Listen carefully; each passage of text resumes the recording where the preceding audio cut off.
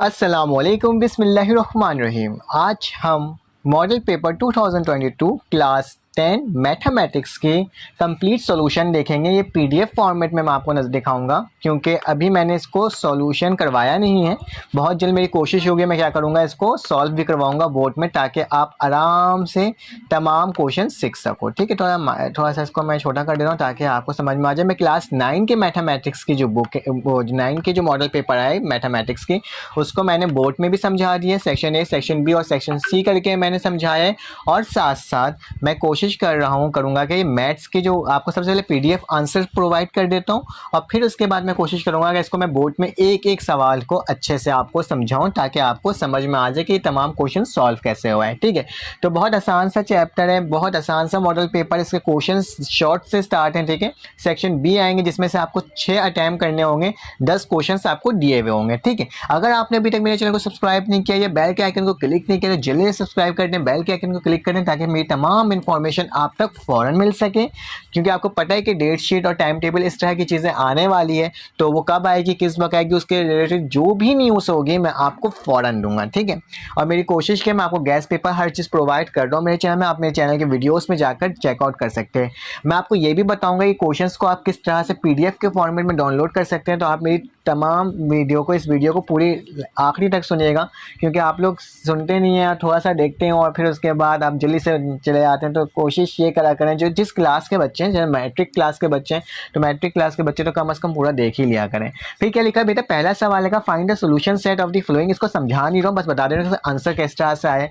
हम मॉडुलस वाला काम करते हैं, इसको लिखते हैं और इसके बाद हम इस मॉड का निशान को इस तरह से निकालते हैं कि एक दफ़ा प्लस में लिखते हैं और एक दफ़ा माइनस में लिखते हैं। इसको मैं कंप्लीट अच्छे से आपको करके बताऊंगा कि मेरी पूरी कोशिश होगी कि आपको बहुत अच्छे से समझ में आ जाए। ठीक है, इसका सोल्यूशन एक न्यू वीडियो में लाऊंगा जिसमें मैं आपको अच्छे से समझाऊंगा। बस इसको बता दे रहा हूँ कि इसका आंसर क्या आ रहा है, मैंने खुद सॉल्व किया है। इसके आंसर जो है, एक का 2 आ रहा है, -4 आ रहा है, जबकि सोल्यूशन सेट क्या होता है, सबसे माइनस रखते हैं पहले और 2 बाद में रखते हैं क्योंकि पॉजिटिव टर्म माइनस के बाद ही आती है ना, असेंडिंग ऑर्डर में रखना होता है हमें। फिर इसके बाद तीसरा सवाल है find the solution set of the flowing equation, also verify the answer 12a -4। देखिए यहाँ पे सही से लिखा हुआ भी है, यहाँ पे थोड़ा सा मेरे से लिखने में मसला हो गया था तो मैंने इसको यहाँ पे सही से लिख दिया है। इसके जो स्टेप्स मैंने फॉलो किया आप उसी फॉलो स्टेप्स कीजिएगा, इंशाल्लाह आपका अच्छा हो जाएगा। मैं देखो मैंने सवाल को उतारा है, उसको इक्वेशन नंबर 1 का नाम दे दिया है, फिर मैंने क्या करा, दोनों साइड स्क्वायरिंग कर दी है। ठीक है, स्क्वायरिंग करने के बाद फिर मैंने क्या किया बेटा, जब स्क्वायरिंग से रूट कटता है, स्क्वायरिंग से रूट कटता है तो मेरे पास सेम टू सेम यही चीज़ें मौजूद हो जाती है। फिर मैं क्या करा, जितने वेरिएबल वाली टर्म होती है ना बेटा, उसको इक्वल टू से पहले लेके आ गया और जितने भी कांस्टेंट टर्म होती है मैंने उसको इक्वल टू के बाद लेके आ गया। ये +4 था, इक्वल टू से पहले आया तो -4 हो गया, ये +4 था, ये -4 था तो इक्वल टू के बाद जाके क्या हो गया, +4 हो गया। 12 में से 4 गया तो 8 बचा, 8 में 4 प्लस किया तो मेरे पास 12 हो गया। ये 8 जो है 8 के साथ मल्टीप्लाई हो रहा था तो मैंने क्या करा, इसको नीचे ले गया कि मल्टीप्लाई होता है, नीचे जाता है डिवाइड हो जाता है, इक्वल टू के बाद जाता है तो 12/8 हो गया। 8 2 4 8, 2 6 12 होता है। फिर मेरे पास क्या आ गया बेटा, 6 और 4 आ गया, 2 2 4 और 2 3 6, तो मेरे पास आंसर क्या आ रहा है, 3/2। फिर मुझे वेरिफिकेशन भी करना था, वेरीफाई का ऑप्शन था तो मैंने क्या लिखा बेटा, putting the value of A is equal 3/2 equation number 1। Equation number 1 में जहाँ जहाँ बेटा ए था वहाँ मैंने पुट क्या कर दिया बेटा, मैंने वहाँ पुट कर दिया 3/2। तो 3/2 यहाँ पे भी लिखा, 3/2 यहाँ पे लिखा, 2 1 2, 2 6 12, तो 6 3 कितना होता है बेटा, 18 होता है। तो मैंने यहाँ पे क्या लिख दिया, 18। उसी तरह से 2 1 2, 2 2 4, 2 3 से कितना होता है बेटा, 6 होता है और 8 उसका वैसे लिखा गया। 18 में से 4 गया तो 14 बचा और 6 में से 8 गया तो मेरे पास क्या बचा, 14 बचा। तो दोनों इक्वल आ गए तो मेरे पास क्या हो गया, सोल्यूशन साइज 3/4। बेटा इसमें से एलिमिनेट करना है हमें y को फ्रॉम द फ्लोइंग इक्वेशन। तो सबसे पहले इक्वेशन को मैंने लिखा, तमाम तरीके में आपको आसानी से बोर्ड में समझाऊंगा, अभी तो रफली बता रहा हूँ क्योंकि आंसर आपको दिखाना है मुझे सारे।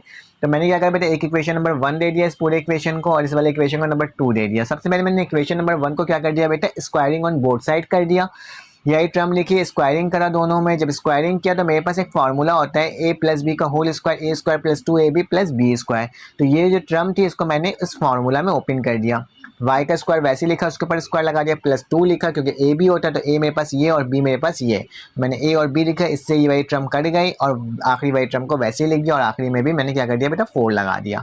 तो मेरे पास क्या बचा, y का 2 2 कितना होता है, 4 होता है, ये सारी वैल्यू कट गई थी, सिर्फ 2 बचा था मेरे पास। 1/y का स्क्वायर क्या होता है, 1/4 और ये m4 हो गया। फिर मैंने क्या करा बेटा, इस वाली टर्म को इधर ले गया और +2 जो था वो इक्वल टू के बाद ले गया तो -2 हो गया, इसको इक्वेशन नंबर 3 का नाम दे दिया।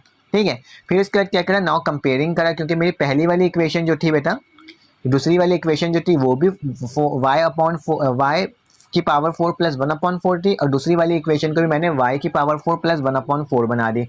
दोनों सेम है तो हम कंपेयर कर सकते हैं b4 equal to m4 minus 2 के, क्योंकि कंपैरिजन में ये करते हैं ना, एक जैसे टर्म को कंपैरिजन कर देते हैं। तो b4 इक्वल टू -4, तो मैंने क्या करा +4 जो था ये -2 उधर ले गया और b4 को इक्वल टू के बाद ले गया, तो प्लस में तो यहाँ माइनस हो गया, प्लस माइनस में तो इधर जाके प्लस हो गया, तो ये हमारा क्या हो गया, रिक्वायर्ड रिलेशन आ गया। उसी के साथ क्वेश्चन नंबर 5 था बेटा, इसको एक एक करके मैंने लेट कराए, k के बराबर, इसको k के बराबर, इसको k के बराबर, इसको k के बराबर। लेट करने के बाद मैं सबकी इंडिविजुअली a b c की वैल्यू लेकर आ गया हूँ, ठीक है, a और b और c की वैल्यू लेके आ गया हूँ। कैसे आया हूँ, सबसे पहले k के बराबर इसको लेट किया, इसको इधर ले गया, मल्टीप्लाई हो गया तो a की वैल्यू आ गई। उसी तरह से इसको इधर ले गया तो b की वैल्यू आ गई। उसी तरह से इसको इधर ले गया तो मेरे पास c की वैल्यू आ गई, ठीक है। फिर उसके बाद क्या करा, मैंने उन तमाम इक्वेशन को मैंने ऐड करा, तो ये ऐड हो गया। ऐड होने मैंने इसके तमाम, आपको शायद अभी समझ में नहीं आ रहा होगा ये किस तरह से हो रहा है, अभी आप फिलहाल आंसर ही देख लें, मैं आपको बोर्ड में तफसील से समझाऊंगा, जैसे मैंने 9th क्लास का समझाया उसी तरह से मैं आपको ये वाला भी समझाऊंगा। आप ये बात आपके जहन में यह आ रहा होगा कि इसको डाउनलोड कैसे कर सकते हैं। बेटा इसको डाउनलोड करने का तरीका क्या है, आपने डिस्क्रिप्शन में जाना है, डिस्क्रिप्शन में PDF का लिंक होगा, उस PDF के लिंक पे क्लिक करना है। तो जैसे ही आप क्लिक करेंगे ब्लैक कलर की स्क्रीन खुलेगी और सर्किल गोल गोल घूम रहा होगा। तो आपने क्या करना होगा, आप उस सर्किल को मत देखिएगा, ऊपर जाइएगा, ऊपर एक एरो का निशान होगा, उस एरो के निशान पे क्लिक करोगे तो आपको क्या हो जाएगा, ये डाउनलोड हो जाएगा। अगर आपसे डाउनलोड नहीं होता तो मेरे पास व्हाट्सएप पे मैसेज कर दिएगा, तो मैं वहाँ पे भी आपको फॉरवर्ड कर दूंगा, ठीक है। तो ये इसका आंसर है। फिर क्वेश्चन नंबर 6 का आंसर है ये, ठीक है। मैं आपको तमाम टॉपिक्स सेंड करूंगा और इसको मैं क्या करूंगा, इसको सॉल्व करके भी आपको दिखाऊंगा। इंफॉर्मेशन हैंडलिंग का मीन मॉड मीडियन वाला सवाल था, ये इंपॉर्टेंट है इस साल के लिए भी, तो इसको भी याद रखें कि मैंने ये मॉडल पेपर को सॉल्व किया है। क्वेश्चन नंबर 8 को मैंने सॉल्व किया, देख सकते हैं आप, ठीक है। फिर उसके बाद क्या है बेटा, आस्ते आस्ते करके इसलिए लेके जाऊँ ताकि आपको स्क्रीनशॉट लेना तो आप स्क्रीनशॉट भी ले सकते हो। ये ट्रिग्नोमेट्री से क्वेश्चन आया हुआ था, तो इसकी भी तैयारी करना है, ठीक है। मैंने सारे क्वेश्चन सॉल्व करे हैं, ऐसा नहीं हुआ है कि जो अब कुछ बुक के अंदर थी तो मैंने बुक के अंदर वाली डायरेक्ट ले लिया, क्योंकि मेरे पास हैंड मतलब कि हार्ड कॉपी नहीं थी, मेरे पास PDF फॉर्मेट में थी, तो मैंने PDF फॉर्मेट में ही कर दिया। किसी का था, किसी चैनल का MF इंग्लिश सेंटर के चैनल की बुक थी, तो मैंने क्या करा, उसी से ले लिया मैंने, क्योंकि मुझे बुक मिल नहीं रही थी, ठीक है। तो मैंने उसी से इसका स्क्रीनशॉट ले लिया, और ये भी उसी मतलब बुक का ही स्क्रीनशॉट है, ठीक है। आप देख सकते हो आपके उसमें होगा, चैप्टर्स में होगा ये, और इसका भी आंसर है। सेक्शन C में थ्योरम नंबर 7 है बेटा, पेज नंबर 129 न्यू बुक के अकॉर्डिंग।